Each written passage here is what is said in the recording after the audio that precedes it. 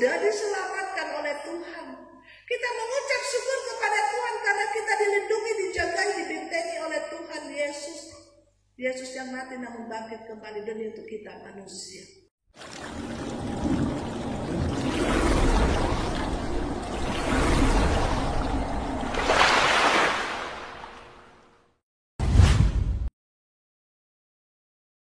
Shalom. Kalau mau lihat tadi oma-oma, opa-opa menyanyi, senang sekali. Punya kerinduan kalau solansia, sehat-sehat, kuat-kuat, sama ada oma-oma, opa-opa tadi. Senang sekali. 4 hari yang lalu apa 5, Ibu pendeta duduk dengan Bapak. Ya, ini itu ujung pintunya di sana. Ini di sini dalam rumah. Nah biasanya duduk dari ujung, boleh dia di ujung. Ibu pendeta bilang Bapak, aduh bukan main kotek Kang. Kalau torang solansia, ukuran torang kotek berdua di sini Kang. Torang mau jalan di rumah ini. Ukuran ibu pendeta untuk ibu panjang itu, ukuran ibu pendeta. Bapak bilang, tunggu lu Wak, belum kok lansia, so pikir-pikir lansia. Nikmati hidup ini, bekerja, melayani dengan sukacita supaya kalau orang lansia, orang sehat-sehat itu yang sangat menyenangkan. Nah, jadi tadi Ibu Pendeta mau pelayanan, Ibu Pendeta bilang Tuhan, ini belum lansia, ini penyakit ini dia nih, batuk nih dia Tuhan, tolong Tuhan, jangan permalukan Tuhan, ini baru nih dia, tiba-tiba nih dia datang-datang. Datang sama dia orang bilang dia kok dia datang dia. Jadi kuman dapat dibahas. Nah saudara-saudara yang dikasih Tuhan, orang kalau sakit biasanya apa yang orang pikirkan? Oh Tuhan, kita sakit. Mau apa lagi harta Tuhan? Mau apa lagi doi Tuhan? Kasih sembuh coba kita senang Tuhan. Dia akan katakan dia berbahagia ketika dia dalam keadaan sehat. Sekalipun ketika dia dalam keadaan sehat, dia sembuh dari sakit, dia cari mana kan tuh doikan. Padahal waktu sakit, biar dia berapanya tidak ada harga tuh dia. Yang penting kita sehat-sehat. Oh Tuhan, biar dia berapa kita mau kasih syukur por gereja. Serta semua kasih so sehat, kasih kemari rasa banyak. Mulai ada perhitungan. Saudara-saudara, setiap orang ingin berbahagia. Tetapi orang melakukan banyak cara untuk bisa mendapatkan kebahagiaan itu. Tetapi dari sudut pandang mana kita mau katakan bahwa kita bahagia? Orang akan katakan kita bahagia kalau kita pergi mall. Ibu-ibu bahagia kalau pergi mall? Bahagia? Jujur sama Pak Torang. Bahagia kalau pergi mall? Bapak-bapak bahagia kalau pergi mall dan ibu-ibu? Tidak. Sudut mana? Ibu-ibu bilang bahagia karena apa? Karena boleh beli. Tapi kalau bapak-bapak dok sedikit udah beli. Tapi doi semua itu dia, kesian Tuhan. So habis tapi tenaga ini dia. So habisnya DP doi tunggu sampai berjam-jam. Ibu-ibu udah berjalan berapa tuh bapak-bapak diterali di hadap udah tunggu-tunggu. Kalau dia baroko, kalau dia nak baroko semua di muka situ dia tanya, sudah sukar mama, so boleh jo pulang. Sudut pandang mana kita katakan bahagia? Orang akan katakan dia bahagia ketika dia boleh keliling, boleh naik pesawat. Tapi bagi orang lain dia akan katakan ngoni jatuh naik pesawat. Elek kita baru naik tangga soko biak sotako mau naik pesawat letare. Biar jo kita pergi di kebun. Orang akan katakan dia bahagia kalau dia pergi kebun. Tapi bagi yang lain dia katakan kalau dia boleh jalan-jalan. Nah saudara-saudara yang dikasih Tuhan, orang akan katakan bahwa saya bahagia kalau saya memiliki jabatan. kalau saya memiliki status sosial tertentu, kalau saya memiliki popularitas. Tapi bagi orang tertentu dia akan katakan, biar cok kita begini, mau ada jabatan kok kita stres. Kok habis itu sedikit-sedikit kita dapat cari. Biar kita begini daripada kita populer, kok habis itu orang-orang bully. Dari mana kita katakan sudut pandang bahagia? Tergantung dari masing-masing orang. Nah saudara-saudara yang dikasih Tuhan, berbahagialah dan kuduslah mereka yang mendapat bagian dalam kebangkitan, yang adalah tema kita dalam minggu yang berjalan ini. Hal yang menarik yang bisa kita baca dalam kitab Wahyu ini, yang memang kalau mau ditanya paling jarang dibaca adalah kitab Wahyu. Karena apa? Karena ele mau baca nak mengerti apa yang naga di ular di 1000 tahun ini dia di kisah kepala.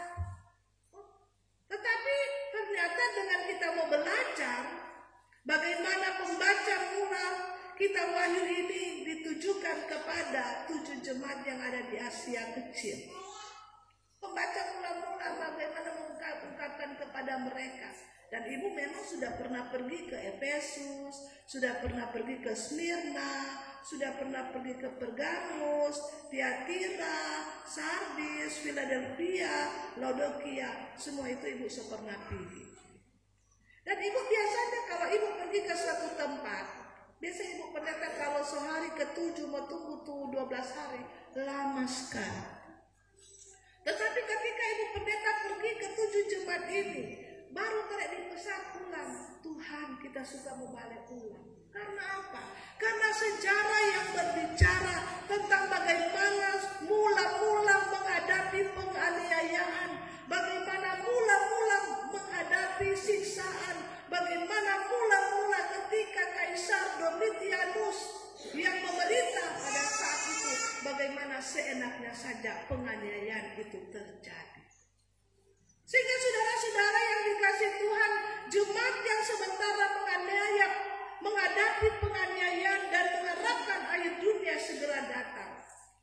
Dan dalam bacaan ini mau mengungkapkan beberapa penglihatan, beberapa hal yang mau memberikan penghiburan, yang mau memberikan penguatan, yang mau memberikan pengharapan kepada mereka yang taat dan setia kepada Tuhan di tengah-tengah tantangan pergumulan yang mereka hadapi. Nah saudara-saudara dikasih Tuhan, bagaimana mau mengungkapkan, menggambarkan serangkaian penglihatan yang dimulai, lalu aku melihat seorang malaikat turun dari surga memegang anak kunci jurang maut dan suatu rantai besar di tangannya. Malaikat itu menangkap naga si ular tua yaitu iblis atau Satan dan mengikatnya 1000 tahun lamanya dan melemparkannya ke dalam jurang yang kemudian ditutup dan dimeteraikan di atasnya. Artinya saudara-saudara mau menyatakan bahwa iblis atau kuasa jahat akan dikalahkan oleh malaikat Allah. Bagaimanapun iblis yang ada yang bekerja, tetap mereka itu akan dikalahkan. Mereka akan ditangkap, diikat, dibuang. Dan bagaimana kemenangan itu akan menjadi bagian dari orang yang percaya kepada Tuhan. 1000 tahun dimungkinkan menuju kepada kemenangan atas iblis. Kemenangan total yang mana 1000 tahun itu bukan hanya sekedar mau dimengerti bahwa bagaimana hidup, bagaimana perjalanan, bagaimana yang mereka hadapi. Tetapi bagaimana kegenapan, kelengkapan, kesempurnaan, tujuan bagaimana bisa dikalahkan iblis yang semena-mena itu.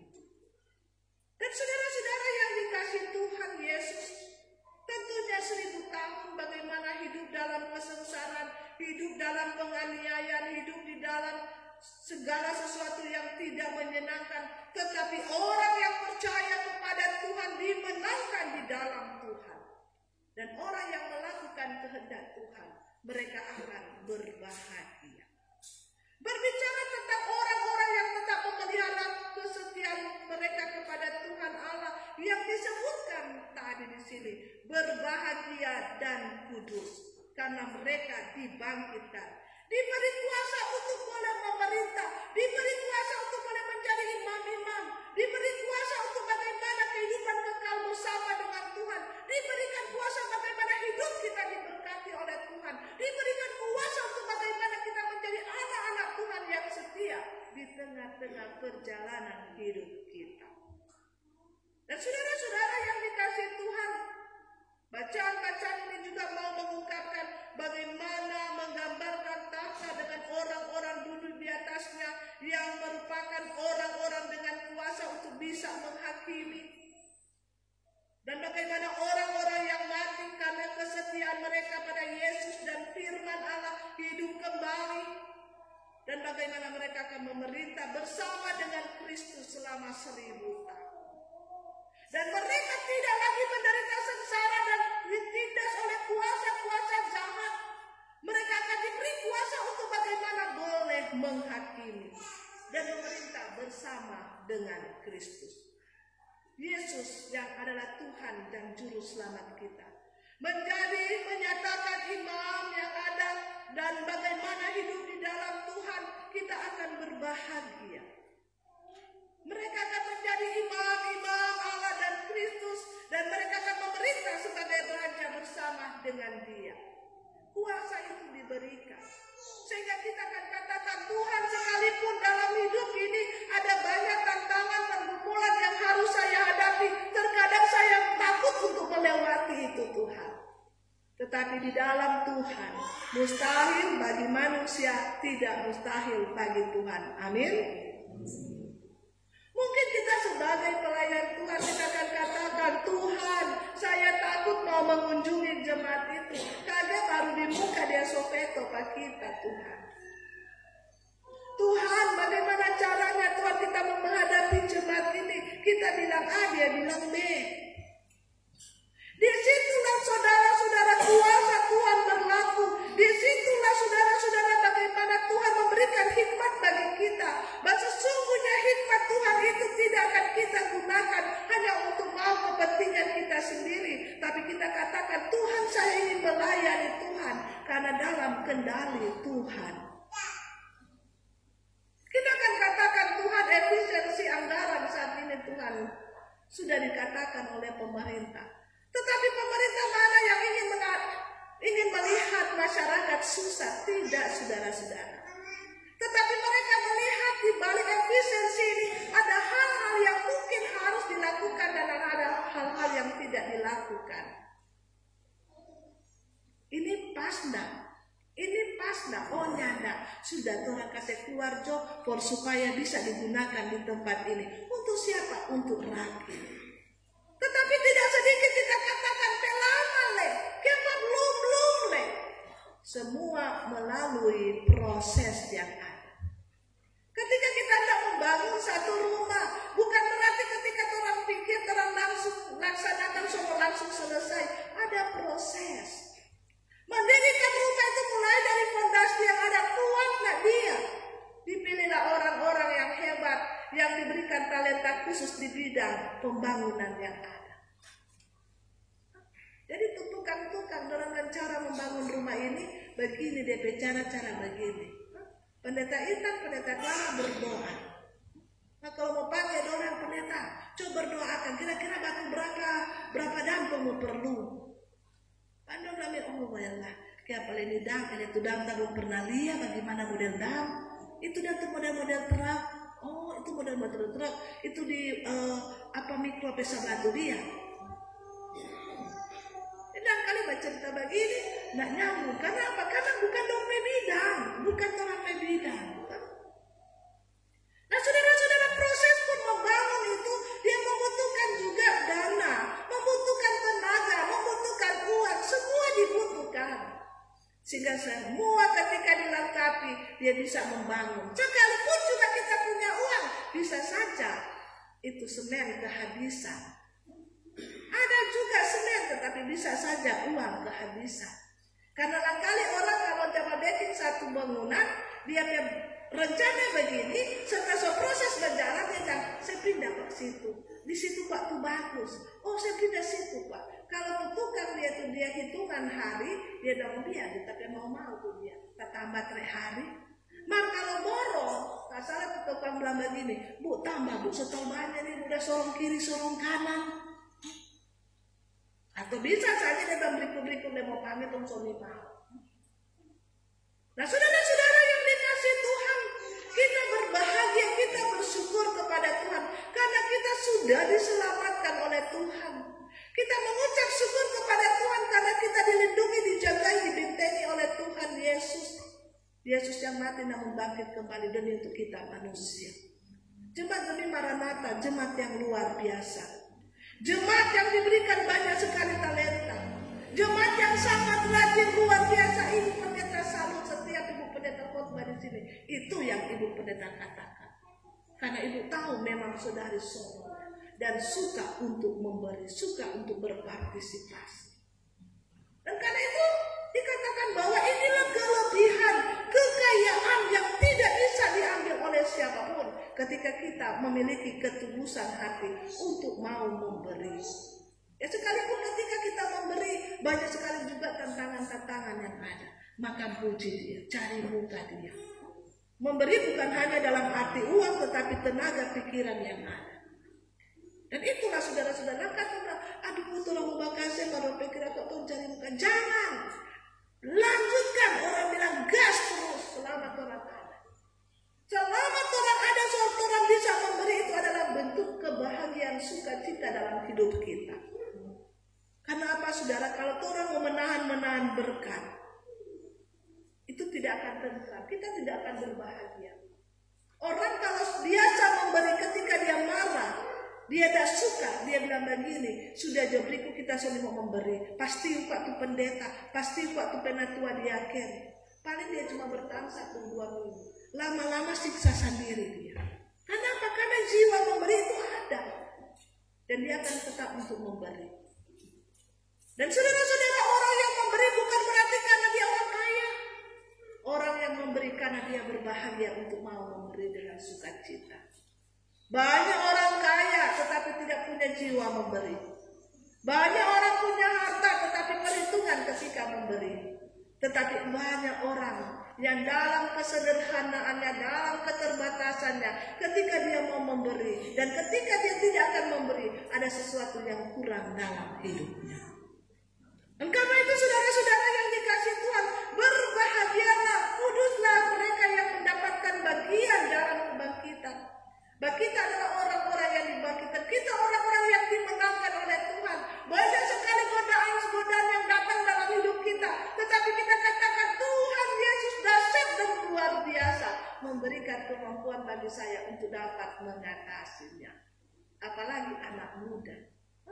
Dengan tawaran-tawaran, dengan banyak sekali godaan-godaan. Hotel, uang, handphone, semuanya asal kau ikut saya.